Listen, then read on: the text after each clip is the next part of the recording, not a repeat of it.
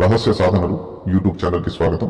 ఈ రోజున కట్టు విద్య అంటే ఏమిటి, కట్టు విద్య ఎన్ని రకాలుగా ఉంటుంది, తాంత్రికులు తంతు విద్యల ద్వారా కట్ల ప్రయోగాలు, వ్యాపారం జరగకుండా వ్యాపారస్తులపైన, మంత్ర సాధనలలో సిద్ధులు కలగకుండా సాధకులపైన, మంత్రశక్తి పనిచేయకుండా ఉండేందుకు సాధకులపైన ఏ ప్రకారంగా కట్ల ప్రయోగాలు చేస్తారు, అభివృద్ధి కాకుండా ఏ ప్రకారంగా కట్ల ప్రయోగాలు చేస్తారు ఈ వీడియోలో క్షుణ్ణంగా వివరించడం జరుగుతుంది. ఈ కట్టు ప్రయోగాలు తాంత్రికులు వారు నేర్చుకున్న తాంత్రిక విద్యల ద్వారా కట్టు వేస్తారు. ఈ కట్టు ప్రయోగాలు చాలా రకాలుగా ఉంటాయి. ఉదాహరణకు, మంచి ఆదాయం వస్తున్న వ్యాపారంలో ఎదుగుదల జరగకుండా వ్యాపారం నష్టపోయే విధంగా కట్టు వేస్తారు. తద్వారా వ్యాపారం అకస్మాత్తుగా నష్టపోవడము, వ్యాపార లావాదేవీలు ఆగిపోవడము, వ్యాపారంలో వినియోగించే మిషనరీ సామాగ్రి పాడైపోవడము, లేదా వ్యాపారం చేసే వ్యాపారి ఆరోగ్యం పాడైపోవడము, వ్యాపారస్తులు అనారోగ్యానికి గురి కావడము, దీనినే వ్యాపార కట్టు అంటారు. ఇలా వ్యాపారం కట్టుపడితే వ్యాపారస్తులు వ్యాపార అభివృద్ధికి ఎన్ని రకాల ప్రయత్నాలు చేసినా నష్టాల పాలవుతారు. తోటి వ్యాపారస్తులు కూడా ఈర్ష్యాభావంతో తాంత్రికులను కలిసి వ్యాపారస్తులపైన కట్లు వేస్తుంటారు. రియల్ ఎస్టేట్లో కూడా పనిచేసే వారిపైన భూమి వ్యాపారాలు సరిగ్గా జరగకుండా పెట్టుబడి నష్టాలు కలిగే విధంగా కూడా కట్లు వేస్తారు. కొందరికి వారి వారి చుట్టాలే ఈర్ష్యాభావంతో ఇంట్లో శుభకార్యాలు జరగకుండా కట్లు వేస్తారు. ఉదాహరణకు, వివాహం చేసే వయసు వచ్చినా వివాహం కాకపోవడం, సంబంధాలు కుదరకపోవడం లాంటివి, యవ్వనంలో ఉన్న బలహీనంగా ఉండడం, అందవికారంగా మారేలాగా, ఆరోగ్య సమస్యలు వచ్చేలా కట్లు వేస్తారు. ఆరోగ్యపరమైన కట్లు వేయడం అంటే, మీ కాలి కింద మట్టిని తీసుకుని అందులో కాస్త మట్టి లేదా పిండి కలిపి బొమ్మలా తయారు చేసి సూదితో కూర్చడం, ఇలాంటివి తంతు ప్రయోగాలు చేస్తూ ఉంటారు దుష్ట తాంత్రికులు.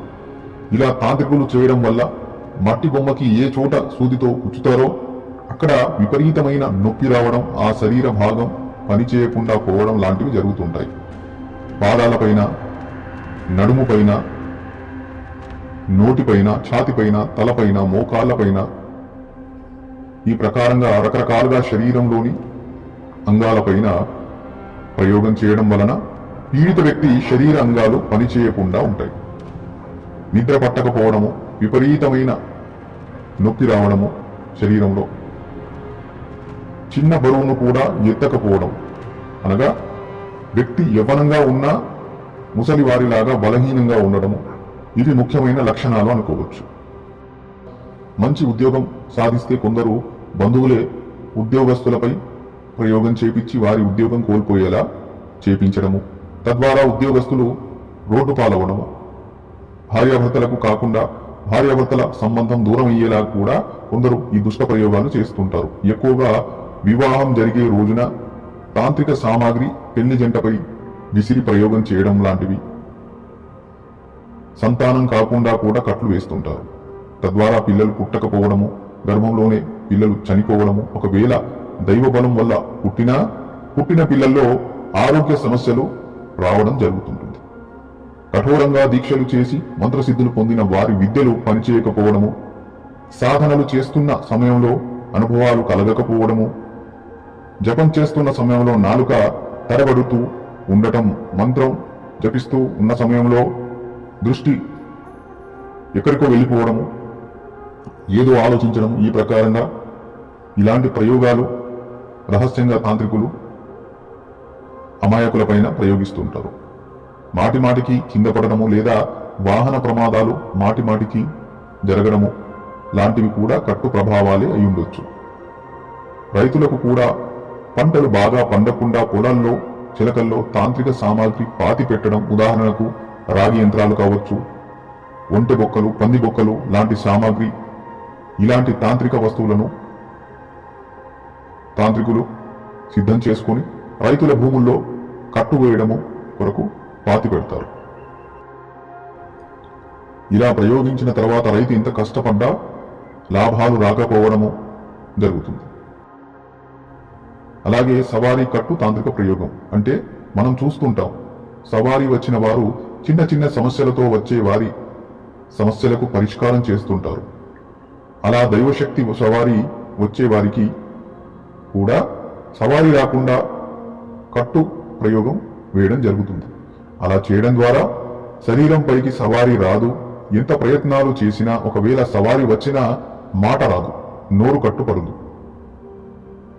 ఒకవేళ సవారీ వచ్చినా మాట రాదు, నోరు కట్టు వేస్తారు. ఇలా సమస్యలు ఎదుర్కొనే వారు ఎన్ని చోట్ల ప్రయత్నాలు చేసినా వారి సమస్యలకు పరిష్కారం దొరకదు. ఇలా కట్లు తంతు ప్రయోగాల ద్వారా చేస్తారు. గ్రహబలం పని చేయకుండా కట్టు వేస్తారు. తద్వారా గ్రహ దోషాల ప్రభావము వ్యక్తులపైన పడే విధంగా మీ కులదైవం మీ కార్యాలు సిద్ధి చేయకుండా కట్లు వేస్తారు. పితృదైవ కట్లు వేస్తారు. కట్లు అనేవి చాలా రకాలుగా ఉంటాయి. గ్రామం కట్టు, బుద్ధి బంధన కట్టు, శరీర కట్టు లాంటివి. ఒకవేళ నిజంగా మీకు విచిత్ర పరిస్థితులు ఎదురవుతుంటే, నిజంగా కట్లు పడినట్లయితే అలాంటి వారందరికీ ఉపయోగపడే విధంగా ఒక అద్భుతమైన మంత్ర విద్య అందించబోతున్నాము.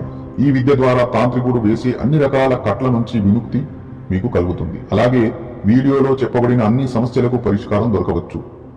ఈ రోజు మీకు అందించే విద్య వారాహిదేవి మంత్ర విద్య. ఈ విద్యను ప్రాప్తి చేసుకున్న సాధకుడు, సిద్ధి చేసుకున్న వారు సర్వకార్యాలను విజయవంతంగా సాధిస్తారు. ఎంత పెద్ద తాంత్రికుడు మీపై ప్రయోగాలు చేసినా మీ వెంట్రుకను కూడా కదిలించలేడు. తాంత్రికుడి విద్యలను మీరే పని చేయకుండా చేయవచ్చు. సవారీ కట్టు పడిన వారు ఆ కట్టును తొలగించుకోవచ్చు. తిరిగి మీపై సవారీ రప్పించుకోవచ్చు. మీరు కోల్పోయిన సిద్ధిని, శక్తులను మళ్ళీ ఈ విద్య ద్వారా పొందవచ్చు. మీ మంత్ర విద్యలు పనిచేస్తాయి. మీరు తిరిగి మంచి కొరకు ప్రయోగాలు చేయవచ్చు. వ్యాపార కట్టును తెంచుకోవచ్చు.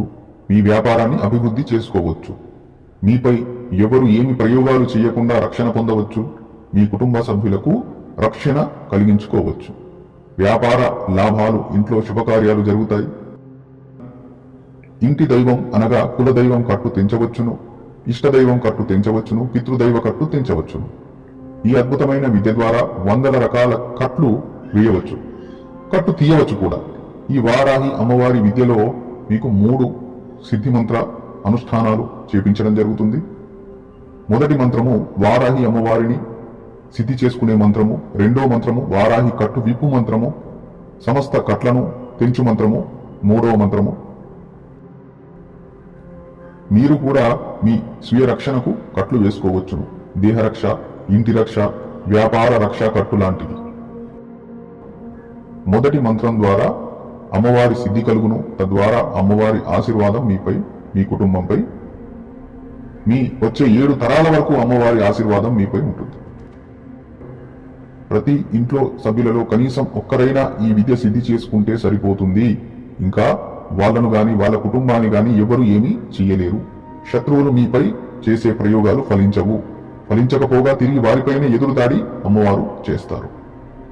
ఒక్కసారి అమ్మవారు మీ శత్రువుల వైపు వెళ్ళింది అంటే ఇంకా శత్రువు ఇల్లు వినాశనమే. కాంట్రాక్టు పనులు చేసే కాంట్రాక్టర్లు కూడా ఈ వారాహి విద్య సిద్ధి చేసుకోవాలి. సిద్ధి చేసుకోవడం వలన వారికి పెండింగ్ రావాల్సిన డబ్బులు, కాంట్రాక్టు పనివి బిల్లులు వచ్చే అవకాశాలు ఉంటాయి. రియల్ ఎస్టేట్ చేసేవారు సిద్ధి చేసుకోవాలి. తద్వారా భూమి వ్యాపారం బాగా జరుగుతుంది, లాభాలు సంపాదిస్తారు. ఈ 3 మంత్రాలు సిద్ధి చేసుకున్న సాధకుడు ఏ ప్రయోగమైనా లోక కళ్యాణం కొరకు చేయవచ్చును. దుష్ట తాంత్రికుల కట్టు వేయవచ్చును. మాంత్రికుల విద్యలు పనిచేయకుండా కట్టు వేయవచ్చును. భూత ప్రేత పిశాచాలను దిగ్బంధనం చేయవచ్చు. వాటికి కట్టు వేయవచ్చు. నరదిష్టి తొలగించవచ్చు. చేతబడి తంతు విద్యలను తొలగించవచ్చు. చెప్పుకుంటూ పోతే ఈ విద్య ద్వారా కొన్ని వందల ఉపయోగాలు ఉన్నాయి. ఈ 3 శక్తివంతమైన మంత్రాలను 21 రోజులలో సిద్ధి చేసుకోవచ్చును. ఈ విద్యలో పాటించవలసిన నియమాలు మరియు ఈ సాధన చేయు విధి విధానాలు మరియు మంత్ర సాధనలో వినియోగించే సామాగ్రి గుప్తంగా పెట్టడం జరిగింది. ఇప్పుడు 3 మంత్రాలను కొద్దిగా చదివి వినిపిస్తాను. ఈ ప్రకారంగా మొదటి మంత్రం ఉంది. ఓం నమో ఆదేశ్ గురుకో वाराही माता भैंसी का वाहन हाथ में काल दंड दुष्टों पे शासन तारे धरती माता मन भावन पहाड़ वाराही దండధారే. ఇది మొదటి మంత్రము. రెండో మంత్రము क्रीम वाराही माई शत्रुकृत यंत्र मंत्र तंत्र काटे भूमि विवाद हटावे देवे असीम आनंद శత్రు ధర ధర కాంపే. ఇది రెండో మంత్రము. మూడో మంత్రం ఈ ప్రకారంగా ఉంది. ఓం నమో ఆదేశ్ గురు కా ఏక్టో సరసో సోలారాయి మోరో పల్వట కోరో జాయి खाई खाई पड़े मारो भूत प्रेत जादू टोना ही काटोन तंत्र मंत्र तांत्रिक विद्या काटोन खिलाया पिलाया काटोन सर्वक्रिया काटोन जे करे तो मारे. ఈ ప్రకారంగా మూడో మంత్రం ఉంది. ఈ మంత్రాలను కొద్దిగా మాత్రమే చదివాను, ఎందుకంటే ఈ మంత్రాలను దుర్వినియోగం చేసేవారు ఉంటారు కనుక ఎవరికైతే ఖచ్చితంగా ఈ మంత్ర విద్య అనేది అవసరమో, ఈ 3 మంత్రాలు ఖచ్చితంగా అవసరమో వారికి మాత్రమే చేరే విధంగా జాగ్రత్త పడడం మంచిది.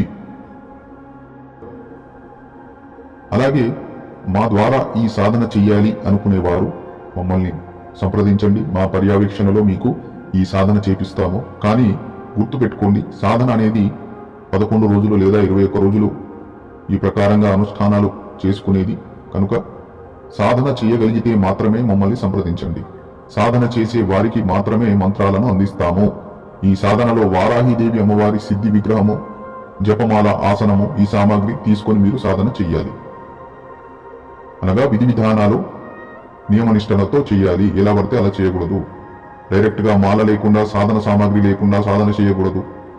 అలాగే గురు పర్యవేక్షణ లేకుండా సాధన చేయకూడదు. మీకు గనక గురువు ఉన్నట్లయితే మీ గురు పర్యవేక్షణలో ఈ మంత్ర అనుష్ఠానం చేయవచ్చు. జాగ్రత్తగా మంత్ర సిద్ధి చేసుకోవచ్చు. సిద్ధి చేసుకున్న వారికి అద్భుతమైన ఫలితాలు కలుగుతాయి. అలాగే మరో ముఖ్యమైన విషయం, సొంత ప్రయత్నాలు చేయకండి. ఎక్కడ పడితే అక్కడ మంత్రం తీసుకోవడం, మంత్రాన్ని విధి విధానాలు లేకుండా జపం చేయడము లాంటివి చేయకండి. అది మీకు మంచిది కాదు. ఈ వీడియో కేవలం సమాచారం అందించడానికి మాత్రమే చేస్తున్నాము. మీరు ఒకవేళ సొంత ప్రయోగాలు చేసి ఇబ్బంది పడితే మాకు, మా ఛానల్కు సంబంధం లేదు. అది కూడా వీడియో ద్వారా క్షుణ్ణంగా తెలియపరచడం జరుగుతుంది. వీడియో చూస్తున్నారు కానీ లైక్ చేయడం లేదు, షేర్ చేయడం లేదు, సబ్స్క్రైబ్ చేయడం లేదు. పెట్టే వీడియోలను మీరు 10 మందికి చేరేలా షేర్ చేయండి, లైక్ చేయండి, సబ్స్క్రైబ్ చేసుకోండి. తద్వారా మాకు కూడా ఇలాంటి మరిన్ని వీడియోలు చేయాలి అనిపిస్తుంది. ఆఖరిగా అతి ముఖ్యమైన విషయము, మీరు ఏదైనా సమస్యను ఎదుర్కొన్నట్లయితే అది దేని వలన వచ్చింది అనే విషయాన్ని క్షుణ్ణంగా ఆలోచించండి. అందరితో విచారణ చేయండి. అది తాంత్రిక ప్రయోగమా లేక ఇతర సమస్య అనేది తెలుసుకునే ఆలోచన చేయండి. తాంత్రికుడి దగ్గరికి వెళ్లే ముందు గుడ్డిగా అనవసరంగా ఏ నిర్ణయం తీసుకోకండి. అలాగే ఆరోగ్య సమస్యలు ఉంటే ముందు మంచి ఆసుపత్రికి వెళ్ళి మంచి డాక్టర్ దగ్గర ట్రీట్మెంట్ తీసుకోండి. ట్రీట్మెంట్ తీసుకున్న పరిస్థితి కుదుటపడలేదు అని మీకు అనిపించినప్పుడు అప్పుడు దైవబలం కొరకు ప్రయత్నం చేయండి. సమస్య ఏదైనా అంధవిశ్వాసంతో గుడ్డిగా చేతబడి జరిగింది, దుష్టశక్తి ఆవహించింది, తంత్ర ప్రయోగాలు జరుగుతున్నాయి, ఎవరో ఏదో చేస్తున్నారు అని తొందరపడకుండా సమస్య ఎలా వచ్చింది, ఏది మంచి ఏది చెడు అనేది విచారణ చేసి ఆ తర్వాత ముందడుగు వేయండి. గుడ్డిగా ఎవరి దగ్గర కంటే వాళ్ళ దగ్గరికి వెళ్ళి సమస్య కాకున్నా, సమస్య లేకున్నా మాకేదో సమస్యలు ఉన్నాయి, ఎవరు మా పైన ప్రయోగాలు చేస్తున్నారు అని ఎవరి దగ్గరంటే వారి దగ్గరకు వెళ్ళకూడదు. ఎందుకంటే ముసుగు వేసుకొని ప్రజలను మోసం చేసేవారు చాలానే ఉన్నారు. అలాంటి వారి నుంచి కొంచెం జాగ్రత్తగా ఉండండి. ఈ రోజుల్లో మంత్ర విద్యల ద్వారా ప్రయోగాలు చేసేవారు చాలా తక్కువ కనుక మీకు మనశ్శాంతి లేకున్నా, ఇంట్లో చిన్న చిన్న గొడవలైనా, ఆరోగ్యం బాగోలేకున్నా, ఎవరో ఏదో చేతబడి చేశారు అన్న అపోహలో ఉండకండి. ముందు ఆరోగ్యం బాగోలేకపోతే మంచి హాస్పిటల్ వెళ్ళి ట్రీట్మెంట్ తీసుకోవాలి. వ్యక్తిగత విషయాలలో కూడా బాగా ఆలోచించి నిర్ణయం తీసుకోవాలి. ఎవరితోనో చిన్న గొడవ జరిగిందని మరుసటి రోజు ఆరోగ్యం బాగోలేకపోతే వారే ఏదో చేశారు అందుకే ఇలా ఆరోగ్యం పాడైపోతుంది, ఇలాంటి ఆలోచనలు మానేయండి.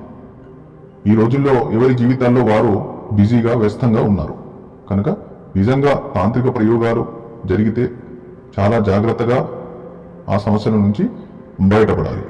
జై మహాకాళి, జై శ్రీ మహాకాళి.